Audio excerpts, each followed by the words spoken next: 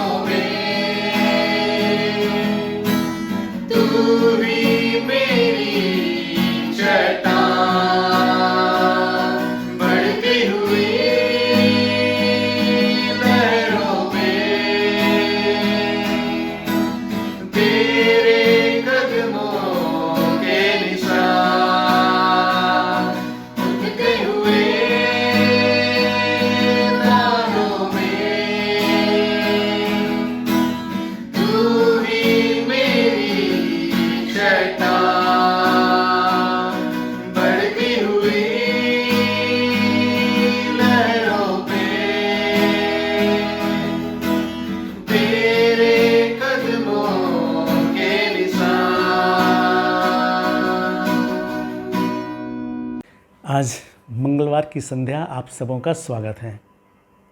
इससे पहले कि हम वचन में जाएं, आइए हम प्रार्थना करते हैं। परमेश्वर पिता, हम तेरे हृदय से धन्यवाद देते हैं कि तूने हमें आज की संध्या एक बार फिर से अनुग्रह प्रदान किया कि हम तेरे चरणों के तले आकर वचन में ध्यान कर पा रहे हैं। सारी आशीषों के दाता, बीते जीवन के लिए हम तेरा धन्यवाद देते हैं। तूने हमें सुरक्षित रखा। आज हम सब तेरे अनुग्रह में पाए गए, प्रत्येक कार्यों को करने के पाए स्वामी, और तूने हम सबों को सुरक्षित अपने चरणों के तले आने का अनुग्रह प्रदान किया। इसके लिए हम तेरा धन्यवाद देते हैं। पवित्र आत्मा, जब हम वचन में जाते हैं, तेरा नियंत्रण होने पाए, तेरी अगुवाई, तेरा अनुग्रह हम सबों के जीवन में होने पाए। तू ही हमसे बोल और हमसे बातचीत कर, अपना प्रकाशन, अपनी अभिव्यक्ति दे, सुनने वालों को नियंत्रित कर, ताकि होने दे पिता हर एक बातों में तेरी महिमा होने पाए। हम घटे, तू बढ़े, और हम सबों के जीवन के द्वारा निरंतर तुझे महिमा मिलने पाए। सब कुछ तेरे हाथ में सौंपते हुए प्रार्थना मसीह यीशु के नाम से मांगते हैं। दया से सुन और ग्रहण कर, आमीन। तो आज के मनन के लिए वचन है मत्ती 6 और उसका 24 से 33 तक। मत्ती 6 उसका 24 से 33 तक, जहाँ ऐसा लिखा है, कोई मनुष्य 2 स्वामियों की सेवा नहीं कर सकता, क्योंकि वह एक से बैर और दूसरे से प्रेम रखेगा, या एक से मिला रहेगा और दूसरे को तुच्छ जानेगा। तुम परमेश्वर और धन दोनों की सेवा नहीं कर सकते। इसलिए मैं तुमसे कहता हूँ कि अपने प्राण के लिए यह चिंता न करना कि हम क्या खाएंगे और क्या पिएंगे, और न शरीर के लिए कि क्या पहनेंगे। तो यीशु मसीह हमें स्पष्ट रूप से बताता है कि हम दो स्वामियों की सेवा नहीं कर सकते। कोई भी मनुष्य नहीं कर सकता है, धन की और परमेश्वर की। लेकिन यीशु मसीह हमें उपाय भी बताता है, और वो चाहता है कि हम धन की नहीं वरन परमेश्वर के निकट आए, उसकी सेवा करें। क्यों? क्योंकि उसको हमारी चिंता है। तुम ये चिंता नहीं करो कि क्या खाएं या क्या पिएंगे, अपने प्राण के लिए नहीं और न अपने शरीर के लिए। और आगे कहता है, क्या प्राण भोजन से और शरीर वस्त्र से बढ़कर नहीं? आकाश के पक्षियों को देखो, वे न बोते हैं, न काटते हैं और न खत्तों में बटोरते हैं, फिर भी तुम्हारा स्वर्गीय पिता उनको खिलाता है। क्या तुम उनसे अधिक मूल्य नहीं रखते? तुम में से कौन है जो चिंता करके अपनी आयु में एक घड़ी भी बढ़ा सकता है? तो यीशु मसीह स्पष्ट रूप से कह रहा है कि तुम अपने आप से कुछ भी नहीं कर सकते। चिंता करके ना अपनी आयु बढ़ा सकते हो और ना ही कुछ कर सकते हो। देखो, उदाहरण देता है, देखो तुम आकाश के पक्षियों को देखो, चिड़ियों को देखो, वे कुछ नहीं करते हैं, न बोते हैं, न खाते हैं, लेकिन परमेश्वर उनकी भी सुधि लेता है, उन्हें भी वो भोजन प्रदान करता है। जब तुम चिंता करके कुछ नहीं कर सकते हो तो किस लिए चिंता करते हो? तुम परमेश्वर पर विश्वास करो, उस पर आश्रित रहो। उसके कहने का यही मतलब है। आगे 28 से, और वस्त्र के लिए क्यों चिंता करते हो? जंगली शोषणों पर ध्यान करो कि वे कैसे बढ़ते हैं। वे न तो परिश्रम करते न काटते हैं।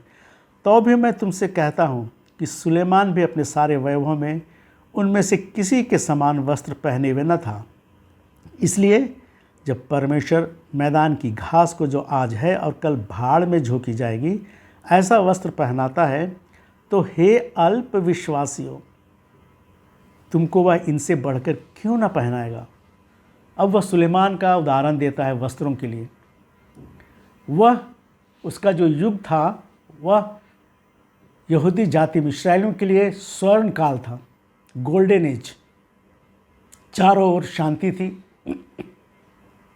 सुलेमान वैभव में रहता था और उसकी वैभव को देखने के लिए सीबा की रानी आई। तो सोच सकते हैं हम, और उसके बारे में यीशु मसीह कहता है कि वो जो पहनता था, उसका जो वैभव था, वो जंगली शोषणों से ज़्यादा नहीं था, जो कि आज है और कल सूख जाएगी। तो यीशु मसीह हमें विश्वास दिलाने का प्रयास करता है कि तुम उनकी चिंता मत करो, तुम धन की चिंता नहीं करो, और तुम यह सोच के मत काम करो कि धन कमाएंगे तब हम ये करेंगे, तब हम वो करेंगे, तब हम वो करेंगे। नहीं, परमेश्वर पिता जानता है और उसके लिए वो कहता है, हे अल्प विश्वासियों, तुमको वह इनसे बढ़कर क्यों ना पहनाएगा।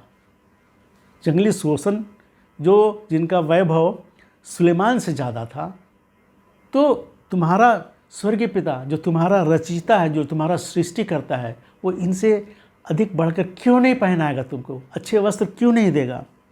अब आगे इसका उत्तर यीशु मसीह स्वयं देता है 31 पद से आगे। इसलिए तुम चिंता करके यह न कहना कि हम क्या खाएंगे या क्या पिएंगे या क्या पहनेंगे, क्योंकि अन्य जाति इन सब वस्तुओं की खोज में रहते हैं, पर तुम्हारा स्वर्गीय पिता जानता है कि तुम्हें इन वस्तुओं की आवश्यकता है। जब हमारे सांसारिक पिता हमारी सारी आवश्यकताओं को जानते हैं कि हमारी क्या आवश्यकता है, तो वो तो हमारा स्वर्गीय पिता है, हमारे मनों को जांचने वाला, परखने वाला, हमको बनाने वाला, उसे सब मालूम है। और तब हमको यीशु मसीह एक कुंजी देते हैं 33 पद, और कहते हैं, इसलिए पहले तुम परमेश्वर के राज्य और उसके धर्म की खोज करो, तो ये सब वस्तुएं भी तुम्हें मिल जाएंगी। और अंग्रेज़ी में यहाँ लिखा हुआ है, but seek first the kingdom of God and his righteousness and all these things will be added to you. धर्म की खोज करो, और यहाँ अंग्रेज़ी में इसके लिए शब्द दिया गया है राइटियसनेस, धार्मिकता। तो हमें परमेश्वर की धार्मिकता की खोज करनी है। पहले परमेश्वर के राज और उसके धार्मिकता, परमेश्वर की धार्मिकता। हमारी गलती है यही होने लगती है कि हम अपनी धार्मिकता स्थापित करने लगते हैं। तो आइए पहले हम देखेंगे परमेश्वर के राज के बारे में वचन हमें क्या बताता है। मरकुस रचित सुसमाचार उसका 9वां अध्याय, मरकुस रचित सुसमाचार उसका 9वां अध्याय और उसके पहले पद में लिखा है, उसने उनसे कहा, यीशु मसीह जब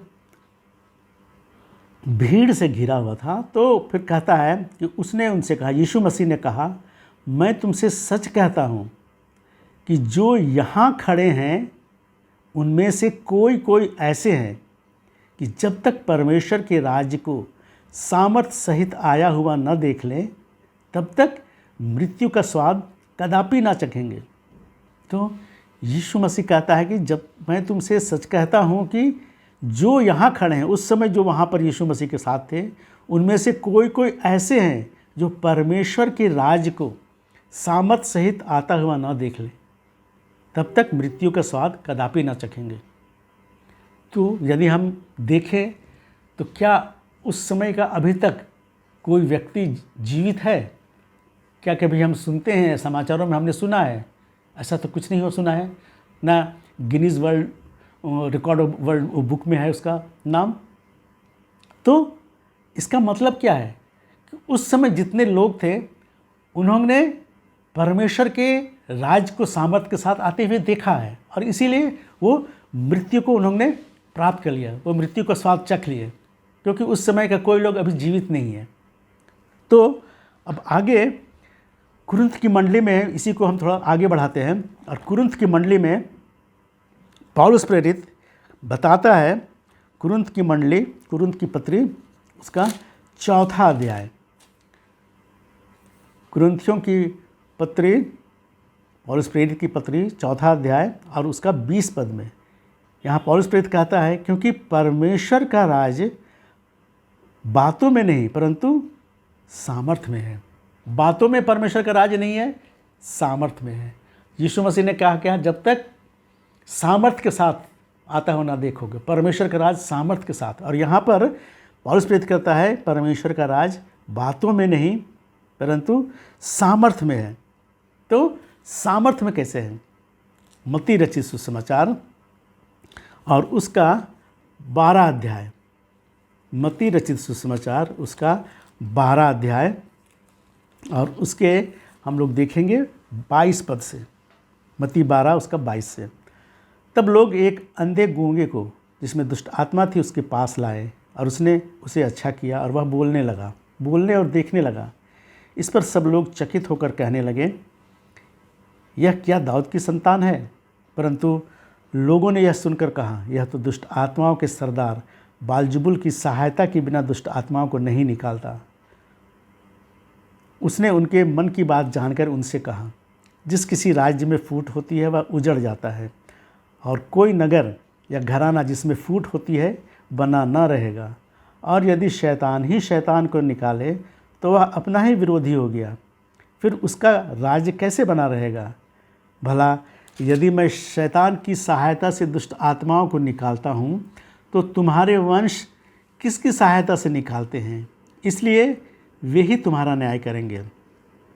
28 पद, पर यदि मैं परमेश्वर के आत्मा की सहायता से दुष्ट आत्माओं को निकालता हूँ तो परमेश्वर का राज तुम्हारे पास आ पहुँचा है। यदि मैं परमेश्वर की आत्मा की सहायता से दुष्ट आत्माओं को निकालता हूँ तो परमेश्वर का राज तुम्हारे पास आ पहुँचा है। तो पौलुस प्रेरित कहता है कि परमेश्वर का राज बातों में नहीं सामर्थ्य में है। यहाँ यीशु मसीह दिखलाता है, डेमोन्स्ट्रेट करता है, दुष्ट आत्मा को निकाल के अपनी सामर्थ्य को प्रकट करता है और बताता है, कहता भी है कि यदि मैं परमेश्वर की आत्मा की सहायता से दुष्ट आत्माओं को निकालता हूँ तो परमेश्वर का राज तुम्हारे पास आ पहुंचा है। तो जहाँ सामर्थ्य के कार्य होते हैं वहीं परमेश्वर का राज है। इसको और अच्छी तरह से लूका में हम देखते हैं, लूका 17 और उसका 20 पद, 20 और 21। लूका 17 का 20 और 21। इसमें यीशु मसीह कहता है, जब फरीसियों ने उससे पूछा, यीशु मसीह से पूछा कि परमेश्वर का राज कब आएगा, तो उसने उनको उत्तर दिया, परमेश्वर का राज दृश्य रूप में नहीं आता और लोग यह न कहेंगे देखो यहाँ है या वहाँ है, क्योंकि देखो परमेश्वर का राज तुम्हारे बीच में है। तुम्हारे बीच में कौन है? यीशु मसीह है। यीशु मसीह के लोगों से घिरा हुआ था और उनको बता रहा था, देखो परमेश्वर का राज तुम्हारे बीच में है, दृश्य रूप में नहीं आता। लोग यह ना कहेंगे कि यहाँ है या वहाँ है, क्योंकि देखो परमेश्वर का राज तुम्हारे बीच में है। जहाँ पर यीशु मसीह की उपस्थिति है, जहाँ परमेश्वर की उपस्थिति है, परमेश्वर का राज वही है। जहाँ सामर्थ्य के काम होते हैं वहाँ परमेश्वर की उपस्थिति होती है, और जहाँ परमेश्वर की उपस्थिति है परमेश्वर का राज वही है। तो हमने अभी देखा परमेश्वर का राज, पहले तो उसके राज की खोज करो और उसकी धार्मिकता, परमेश्वर की धार्मिकता। आइए हम देखेंगे रोमियो की किताब और उसका 9 अध्याय, रोमियो की पुस्तक, उसका 9 अध्याय और उसके 30 से आगे देखेंगे। अतः हम क्या कहें, यह कि अन्य जातियों ने जो धार्मिकता की खोज नहीं करते थे धार्मिकता प्राप्त की, अर्थात उस धार्मिकता को जो विश्वास से है। परंतु इस्राएली जो धर्म की व्यवस्था की खोज करते थे उस व्यवस्था तक नहीं पहुँचे। किस लिए? इसलिए कि वे विश्वास से नहीं परंतु मानव कर्मों से उसकी खोज करते थे। तो एक बात यहाँ पौलुस प्रेरित बड़ी स्पष्टता से कहता है कि अन्य जातियों ने विश्वास के साथ खोजा और उन्हें वो धार्मिकता, परमेश्वर की धार्मिकता प्राप्त हो गई, लेकिन इस्राएली जिनके पास व्यवस्था थी और वो कर्म पर ध्यान देते थे, कर्म करने में, ये करेंगे वो करेंगे, और इसीलिए वो कहता है कि इसलिए कि विश्वास से नहीं परंतु मानो कर्मों से उसकी खोज करते थे। अपने कर्म के द्वारा अपनी धार्मिकता वो स्थापित करनी चाहते थे, और इसीलिए उनको वो धार्मिकता मिली ही नहीं। अन्य जाति लोग बड़ी आसानी से प्राप्त कर लिए परमेश्वर की धार्मिकता। कैसे? विश्वास के द्वारा, क्योंकि विश्वास के द्वारा ही मिलती है। लेकिन पौलुस प्रेरित स्पष्ट यहाँ बताता है कि इस्राएली उनको खोज नहीं पाए, उनको नहीं मिली, क्योंकि वो कर्मों से खोजना चाहते थे। 10 अध्याय देखेंगे, 10 अध्याय। हे भाइयों, मेरे मन की अभिलाषा और उनके लिए परमेश्वर की ओर से प्रार्थना है कि वे उद्धार पाएं, क्योंकि मैं उनकी गवाही देता हूं कि उनको परमेश्वर के लिए धुन रहती, इस्राएलियों के लिए वो कह रहा है, परंतु बुद्धिमानी के साथ नहीं। उनको परमेश्वर के लिए धुन रहती है लेकिन बुद्धिमानी के साथ नहीं, क्योंकि वे परमेश्वर की धार्मिकता से अनजान होकर अपनी धार्मिकता स्थापित करने का यत्न करके परमेश्वर की धार्मिकता के अधीन न हुए। अपनी धार्मिकता, अपने कर्म के द्वारा ये करेंगे, हम ये करेंगे, हम ये करेंगे, हम ये करेंगे, तो परमेश्वर अब खुश होगा और हमें धर्मी ठहराएगा। आजकल भी हमारे जीवन में यही होता है कि हम सोचते हैं कि हम ये करेंगे, हम ये करेंगे, हम ये करेंगे, तो परमेश्वर हमसे खुश होगा और हमें धर्मी ठहराएगा। नहीं, उसी को तो पौलुस प्रेरित बार बार उसका विरोध करता है, खंडन करता है कि, और कहता है क्योंकि वे परमेश्वर की धार्मिकता से अनजान होकर अपनी धार्मिकता, और यहाँ पर वचन कहता है, यीशु मसीह क्या कहता है, उसकी धार्मिकता की खोज करो। उसकी किसकी? परमेश्वर की धार्मिकता। लेकिन हम क्या करते हैं? अपनी धार्मिकता स्थापित करना चाहते हैं अपने कर्मों के द्वारा। यही अंतर हो जाता है। हम अपने कर्म के द्वारा परमेश्वर की धार्मिकता खोजते हैं, लेकिन परमेश्वर क्या, यीशु मसीह क्या कहता है? उसकी धार्मिकता का खोज। और उसकी धार्मिकता कैसे मिलेगी? विश्वास के द्वारा, है ना, स्थापित करना। परमेश्वर की धार्मिकता के अधीन ना हो, अर्थात विश्वास के अधीन नहीं हुए, वो नहीं चाहे, विश्वास के द्वारा, यीशु मसीह पर विश्वास उन्होंने नहीं किया, क्योंकि हर एक विश्वास करने वाले के लिए धार्मिकता के निमित्त मसीह व्यवस्था का अंत है। व्यवस्था का अंत मसीह है।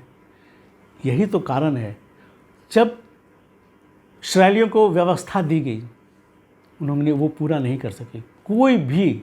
और वचन हमें बताता है कि व्यवस्था के द्वारा कोई मनुष्य धर्मी नहीं ठहर सकता है। उससे हमें पाप का क्या बोध होता है, वो हमें पापी बताती है। और इसीलिए यीशु मसीह आया और वो व्यवस्था की सारी बातों को पूरी किया, ए टू लेकर जेड तक, ए टू जेड सारी व्यवस्था उसने पूरी की और सारी व्यवस्था उसमें पूरी कर दी। इसीलिए यहाँ पर पौलुस प्रेरित करता है, क्योंकि हर एक विश्वास करने वाले के लिए धार्मिकता के निमित्त मसीह व्यवस्था का अंत है। अंत है, बस मसीह तक व्यवस्था है। और मसीह के बाद क्या है? हमारा विश्वास मसीह पर है। आगे 10:8 से पढ़ेंगे। परंतु वह क्या कहती है? यह कि वचन तेरे निकट है और तेरे मुंह में और तेरे मन में है। यह वही विश्वास का वचन है जो हम प्रचार करते हैं। विश्वास का वचन क्या है? वचन देहधारी हुआ और हमने उसकी ऐसी महिमा देखी, यूहन्ना में लिखता है ना, जैसे यीशु मसीह की। तो यीशु वचन यीशु मसीह है जो हम, यह वही विश्वास का वचन है जो हम प्रचार करते हैं कि यदि तू अपने मुंह से यीशु को प्रभु जानकर अंगीकार करे, यीशु को प्रभु जानकर अंगीकार करे और अपने मन से विश्वास करे कि परमेश्वर ने उसे मरे हुओं में से जिलाया, तो तू निश्चय उद्धार पाएगा। एक तो अंगीकार करना, यीशु को अपने मुंह से अंगीकार करना है, यीशु मसीह को, और अपने मन से विश्वास करना है, तो हमारा उद्धार, तभी हम उद्धार पाएंगे। क्योंकि धार्मिकता के लिए मन से विश्वास किया जाता है और उद्धार के लिए मुंह से अंगीकार किया जाता है। तो यीशु मसीह का यदि हम मुंह से अंगीकार करते हैं और मन से विश्वास करते हैं तो हमारा उद्धार मिलता है। वचन देहधारी हुआ और इसीलिए यीशु मसीह का प्रचार पौलुस प्रेरित इतनी तेज़ी से करता है और इतने बड़े हियाव के साथ करता है। क्यों? क्योंकि उसकी मुलाकात यीशु मसीह से हुई और यीशु मसीह ने उसे सारी दर्शन देकर सारी बातों को उसने कहा। और उसने यीशु मसीह का वर्णन जो है पौलुस प्रेरित करता है। यहाँ फिलिपियों यदि देखेंगे, फिलिपियों 2 और उसका 5 से वो कैसा बखान करता है पौलुस प्रेरित।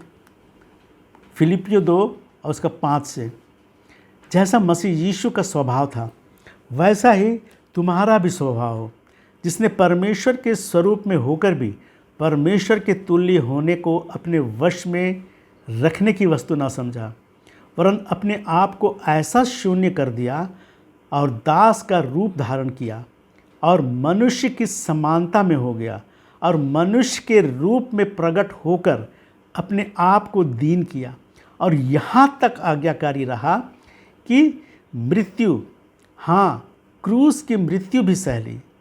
इस कारण परमेश्वर ने उसको अति महान भी किया और उसको वह नाम दिया जो सब नामों में श्रेष्ठ है, कि जो स्वर्ग में और पृथ्वी पर और पृथ्वी के नीचे हैं, वे सब यीशु के नाम पर घुटना टेके और परमेश्वर की महिमा के लिए हर एक जीव अंगीकार कर ले कि यीशु मसीह ही प्रभु है। यीशु मसीह ही प्रभु है। तो पौलुस प्रेरित यहाँ पर यीशु मसीह के बारे में बताता है और ये कहता है कि परमेश्वर का पुत्र इतना महान है कि सब घुटना, जो स्वर्ग में और जो पृथ्वी पर, पृथ्वी के नीचे है, अधोलोक में, वे सब यीशु के नाम पर घुटना टेकेंगे। और ऐसा घुटना टेकने की बात यशायाह नबी भी कहता है। यशायाह नबी की किताब यदि देखेंगे हम, उसका 45 अध्याय, यशायाह नबी की पुस्तक, उसका 45 अध्याय और उसके 23 पद में परमेश्वर पिता कहता है यहाँ, मैंने अपनी ही शपथ खाई। परमेश्वर पिता कह रहा है, मैंने अपनी ही शपथ खाई, धर्म के अनुसार मेरे मुख से यह वचन निकला और वह नहीं टलेगा। जो कुछ परमेश्वर के मुंह से निकला है वह नहीं टलेगा। क्या क्या कहता है? प्रत्येक घुटना मेरे सम्मुख झुकेगा। परमेश्वर कहता है प्रत्येक घुटना मेरे सम्मुख झुकेगा और प्रत्येक के मुख से मेरी ही शपथ खाई जाएगी, मेरी ही शपथ खाई जाएगी। लेकिन पौलुस प्रेरित यहाँ क्या कहता है फिलिपियों की पत्री में 2:10 में कि जो स्वर्ग में और पृथ्वी के नीचे हैं वे सब यीशु के नाम पर घुटना टेकें, यीशु के नाम पर घुटना टेकें। और यहाँ पर परमेश्वर पिता क्या कहता है कि प्रत्येक मेरे मुख से वचन निकला और वह नहीं टलेगा, प्रत्येक घुटना मेरे सम्मुख झुकेगा, प्रत्येक घुटना। और यहाँ पौलुस प्रेरित कहता है यीशु मसीह नासरी के नाम से घुटना टेके। अब ये कैसे? परमेश्वर बोलता है मेरे, पौलुस प्रेरित बताता है यीशु मसीह के। आइए इसको थोड़ा सा हम समझेंगे। उसको समझने के लिए हम देखेंगे यूहन्ना रचित सुसमाचार और उसका 17 अध्याय, या महायाजकी प्रार्थना है यूहन्ना रचित सुसमाचार उसका 17 अध्याय और उसके 11 पद से लिखा है। ये महायाजकी प्रार्थना है। यीशु मसीह कहता है अब मैं जगत में न रहूँगा परंतु ये जगत में रहेंगे। चेलों के लिए प्रार्थना कर रहा है। और मैं तेरे पास आता हूँ, हे पिता, अपने उस नाम से जो तूने मुझे दिया मेरी रक्षा कर, कि वे हमारे समान एक हो। पिता मेरे समान, हम और आप जैसे एक हैं वैसे ये भी एक हों। हे पिता, एक बार फिर से देखेंगे, हे पिता, अपने उस नाम से, तो मतलब परमेश्वर का भी नाम है। तभी तो यीशु मसीह बोल रहा है कि अपने उस नाम से जो तूने मुझे दिया है। क्या नाम यीशु को दिया गया था? यीशु मसीह। तो परमेश्वर पिता का भी नाम क्या है? यीशु है।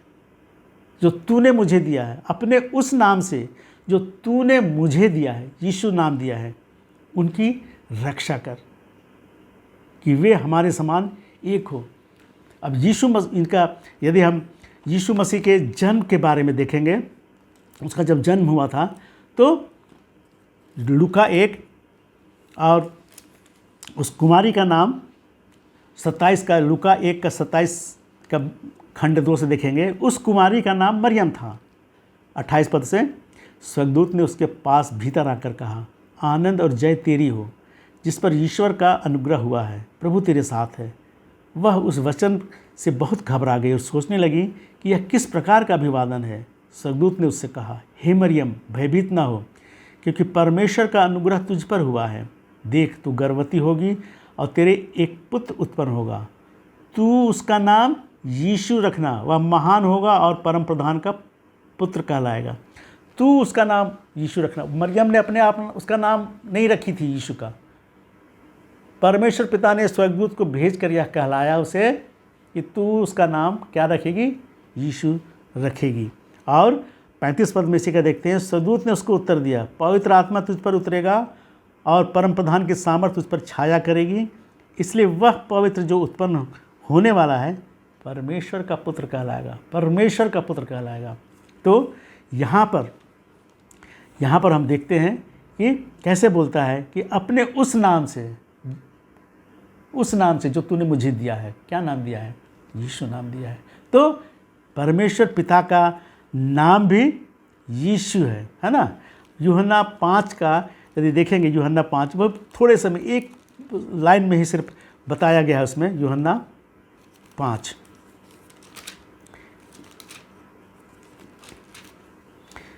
5 और उसका 43 पद, मैं अपने पिता के नाम से आया हूँ। अपने नाम से मैं नहीं आया हूँ, मैं पिता के नाम से आया हूँ। पिता का नाम यीशु है, मैं उसी नाम से आया हूँ। तो पिता का भी नाम यीशु है और यीशु मसीह का नाम तो दिया गया ही है। और इसीलिए पिता कहता है कि हर एक घुटना मेरे सम्मुख झुकेगी। और यहाँ पौलुस प्रेरित बताता है कि वे सब यीशु के नाम घुटना टेकें। फिलिपियों 2 उसका 10 में, जो कोई स्वर्ग में और पृथ्वी पर और पृथ्वी के नीचे है वे सब यीशु के नाम पर घुटना टेकें। यीशु का नाम पिता का भी है, यीशु का नाम पुत्र का भी है। कैसी? पिता और पुत्र। यीशु मसीह ने बार बार कहा है कि मैं और पिता एक है ना। तो यहाँ पर हम देखते हैं इन बात को कि कैसे यीशु मसीह और परमेश्वर पिता एक है। तो हम इसमें फिर आगे बढ़ेंगे। रोमियो 4 धार्मिकता के बारे में हम देख रहे थे।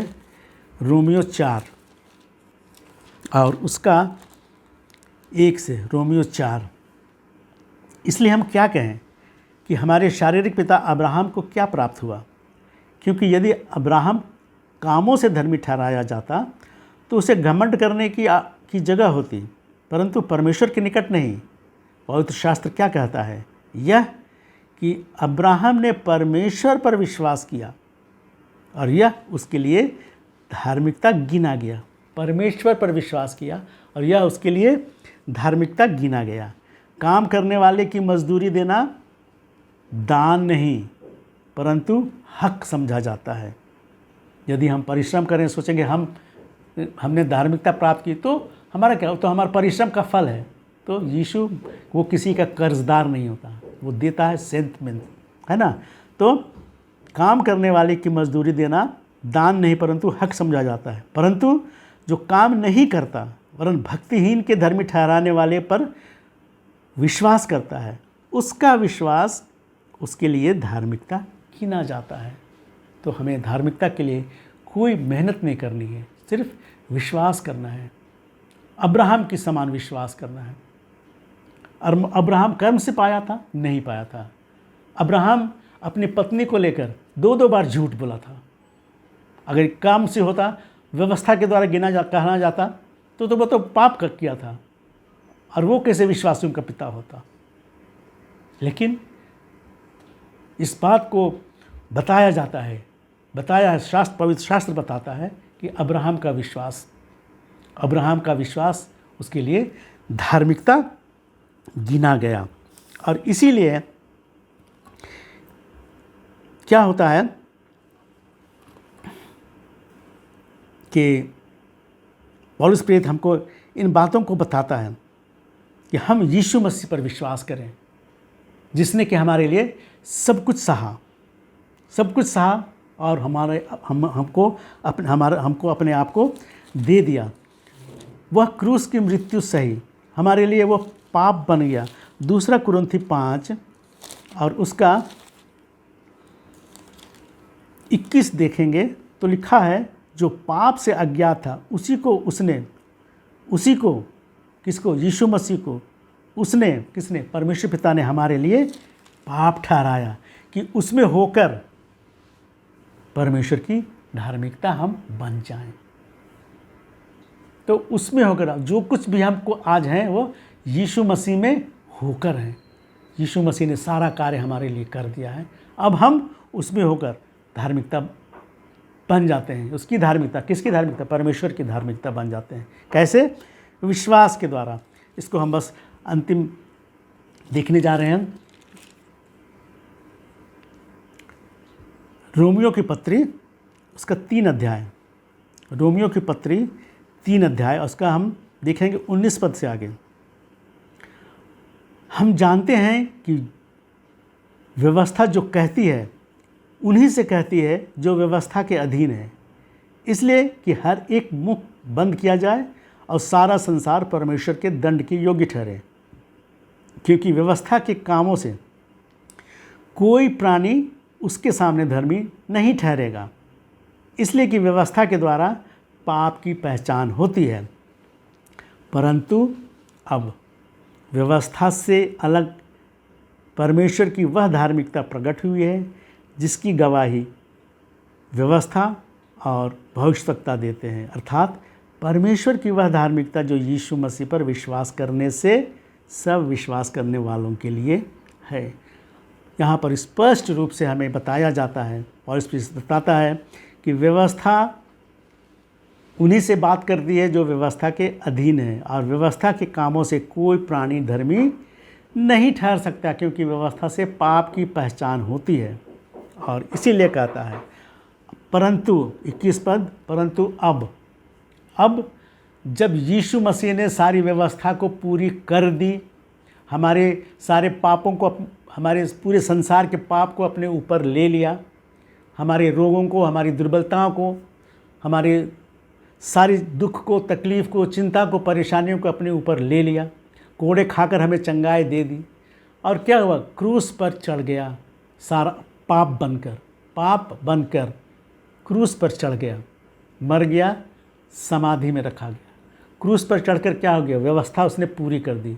लिखा है इफिसियों के पत्र में कि व्यवस्था को हटा दिया, सामने से हटा दिया और कलवरी के क्रूस पर कीलों से उसे जड़ दिया और ऊपर से प्रधानताओं और अधिकारों को उतार कर उनका खुल्लम खुल्ला तमाशा बनाया और जय जयकार के द्वारा उन्हें ध्वनि सुनाई। और क्या किया? मर गया, उस पाताल में गाड़ा गया और मृतक लोक में उसने सुसमाचार का प्रचार किया। और आज वो तीसरे दिन जी उठकर पिता की दाहिनी ओर बैठा है। आज पिता की दाहिनी ओर बैठा है। और अब 21 पद, परंतु अब जब वो जीवित पिता यीशु मसीह परमेश्वर के पिता की ओर दाहिनी ओर बैठा है, अब व्यवस्था से अलग परमेश्वर की वह धार्मिकता प्रकट हुई है जिसकी गवाही व्यवस्था और भविष्यवक्ता देते हैं। हम याद करेंगे, यह एक ऐसी घटना है जिसको हम यहाँ पर लाना चाहेंगे। जब यीशु मसीह का रूपांतरण हो रहा था, उस समय उस रूपांतरण के पर्वत पर कौन कौन उपस्थित थे? यीशु मसीह था, पतरस, याकूब और यूहन्ना। और उस समय यीशु मसीह का रूप बदल गया। इसका वर्णन पतरस भी करता है अपनी पत्री में। उसका वस्त्र चमकने लगा, उसका चेहरा एकदम उजला हो गया और वहाँ पर मूसा और एलिया प्रकट हुए और यीशु मसीह से बातें करने लगे। उस समय मूसा के द्वारा व्यवस्था दी गई। पहला यूहन्ना 1 और उसका 17 में दिखा है, व्यवस्था मूसा के द्वारा दी गई। तो परमेश्वर पिता मूसा के द्वारा व्यवस्था दिया। और जब इस्राएलियों का राज्य स्थापित हो गया और तब जब इस्राएली परमेश्वर की ओर से फिरने लगे और अन्य ईश्वरों की पूजा करने लगे, तब क्या होता था? परमेश्वर अपने लोगों को, भविष्यवक्ताओं को भेजता था ताकि वे आके उन्हें सिखाएं, उस व्यवस्था की पुनर्स्थापना करें। और एलिया इनमें महान था। एलिया की इज्जत इस्राएलियों में बहुत है, मूसा की और एलिया की। मूसा व्यवस्था देने वाला था और एलिया व्यवस्था को पुनर्स्थापित करने वाला था। तो यहाँ पर रूपांतरण के पर्वत पर दोनों मौजूद थे और वो बात करते थे। और यीशु परमेश्वर पिता क्या कहता है उसमें? उस समय आकाशवाणी हुई और परमेश्वर पिता क्या कहता है? यह मेरा प्रिय पुत्र है, इसकी सुनो। अब मूसा का समय समाप्त हो गया है, उसकी नहीं। एलिया का समय समाप्त हो गया है, उसकी नहीं। अब यीशु मसीह का समय है, अब मेरा पुत्र आ गया है, इसकी सुनो, है ना। तो यहाँ पर बताया गया है 21 पद में, परंतु अब व्यवस्था से अलग परमेश्वर की वह धार्मिकता प्रकट हुई है जिसकी गवाही व्यवस्था का देने वाला मूसा भी है और भविष्यवक्ता एलिया भी है। और यीशु मसीह कहता इसकी सुनो, इसकी धार्मिकता अब स्थापित हो गई है। व्यवस्था की धार्मिकता समाप्त हो गई है, उनका समय चला गया है, वो युग चला गया है, वो पीढ़ी पुरानी हो गई है। अब नए पीढ़ी में नया प्रकाशन है आज के दिन में यीशु मसीह। तो परमेश्वर की वह धार्मिकता प्रकट हुई है जिसकी गवाही व्यवस्था और भविष्यवक्ता देते हैं, अर्थात परमेश्वर की धार्मिकता जो यीशु मसीह पर विश्वास करने से सब विश्वास करने वालों के लिए जो भी यीशु मसीह पर विश्वास करता है उसके लिए वो परमेश्वर की धार्मिकता है। तो यदि हम आज एक लाइन में इस बात को बोले तो हम इस बात को स्वयं अपने में ले सकते हैं कि मैं यीशु मसीह में परमेश्वर की धार्मिकता हूँ। जो कुछ भी हूँ मैं यीशु मसीह में हूँ, मैं यीशु मसीह में परमेश्वर की धार्मिकता हूँ। और इसी को मत्ती रचित सुसमाचार में यीशु मसीह कहता है, मत्ती 6 और उसका 33, इसलिए पहले तुम परमेश्वर के राज और परमेश्वर की धार्मिकता की खोज करो तो ये सब वस्तुएं तुम्हें मिल जाएंगी।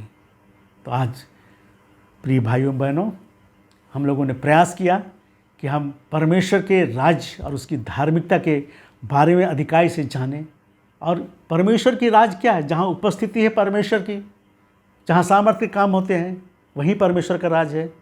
और परमेश्वर की धार्मिकता क्या है? यीशु मसीह, उस पर हमें विश्वास करना है और उसी की धार्मिकता पा लेना है। तो आज हमें क्या करना है? बस अपने जीवन में, अपने परिवार में यीशु मसीह को अपना केंद्र बिंदु बना लेना है और उसी को लेकर केंद्र बिंदु बनाकर जीवन जीना है। व्यक्तिगत जीवन, पारिवारिक जीवन, एक आशीषित जीवन होगा ऐसा करने से। आइए परमेश्वर पिता इन वचन के द्वारा हम सबों को बहुतायत से आशीष दे। हम प्रार्थना करें। पिता परमेश्वर, हम तेरा धन्यवाद देते हैं तेरी सारी आशीषों के लिए। पवित्र आत्मा, तेरी अगुवाई, तेरा अनुग्रह हमारे साथ बना रहा, इसके लिए हम तेरा हृदय से धन्यवाद देते हैं। अनुग्रह कर जो वचन बोला गया है प्रभु जी, हर एक के हृदय में घर करके बहुतायत से फल लाने वाले प्रत्येक जन होने पाए। हाँ पिता, रात्रि के सुनसान पहर में तो हम सबों की तूने सुधि ली है और आगे भी प्रभु जी हम सबों की सुधि ली। इस महामारी में पिता परमेश्वर हर एक को मसीह यीशु के लहू में की आड़ में छुपा कर सुरक्षा प्रदान कर, हर एक को, हर एक मसीहियों को, मसीही विश्वासियों को, हर एक सुनने वालों को स्वस्थ और तंदुरुस्ती का जीवन प्रदान कर। और इस रात्रि पहर में अपनी सुरक्षा में हर एक को विश्राम प्रदान कर और यह अनुग्रह कर कि कल का नया दिन नई भोर, नई ताजगी के साथ देखने पाएँ और फिर से हम अपने आप को तेरी सेवा, स्तुति और महिमा के लिए प्रस्तुत करने पाएँ। एक बार फिर से सब कुछ तेरे हाथ में सौंपते हुए प्रार्थना मसीह यीशु के नाम से मांगते हैं। दया से सुन और ग्रहण कर। आमीन, आमीन, आमीन। यीशु सहाय। सारा आदर तुम्हें हम देते प्रभु, सारी महिमा तुझे हम देते यीशु। सारा आदर तुम्हें हम देते प्रभु, सारी महिमा तुझे हम देते यीशु। चरणों में हम तेरे आते हैं, हाथों को अपने उठाते हैं। चरणों में हम तेरे आते हैं, हाथों को अपने उठाते हैं। धन्य तुझे हम कहते हैं, धन्य तुझे हम कहते हैं।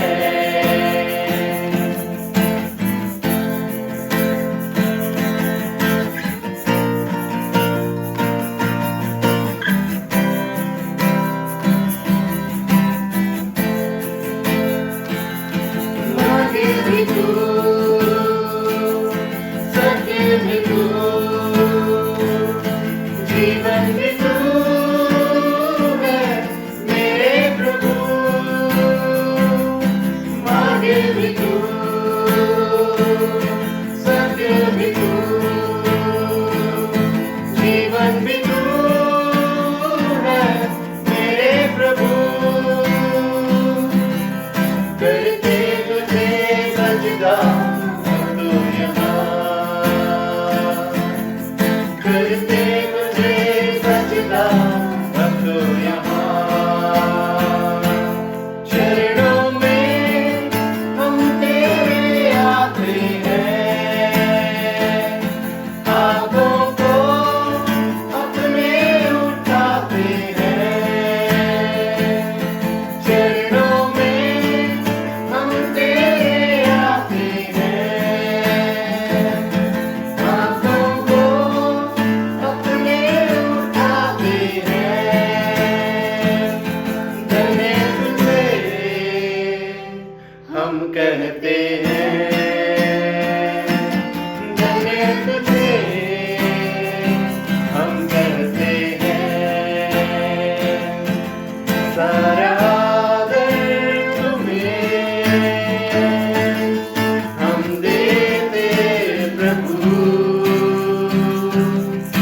तुम्हारी महिमा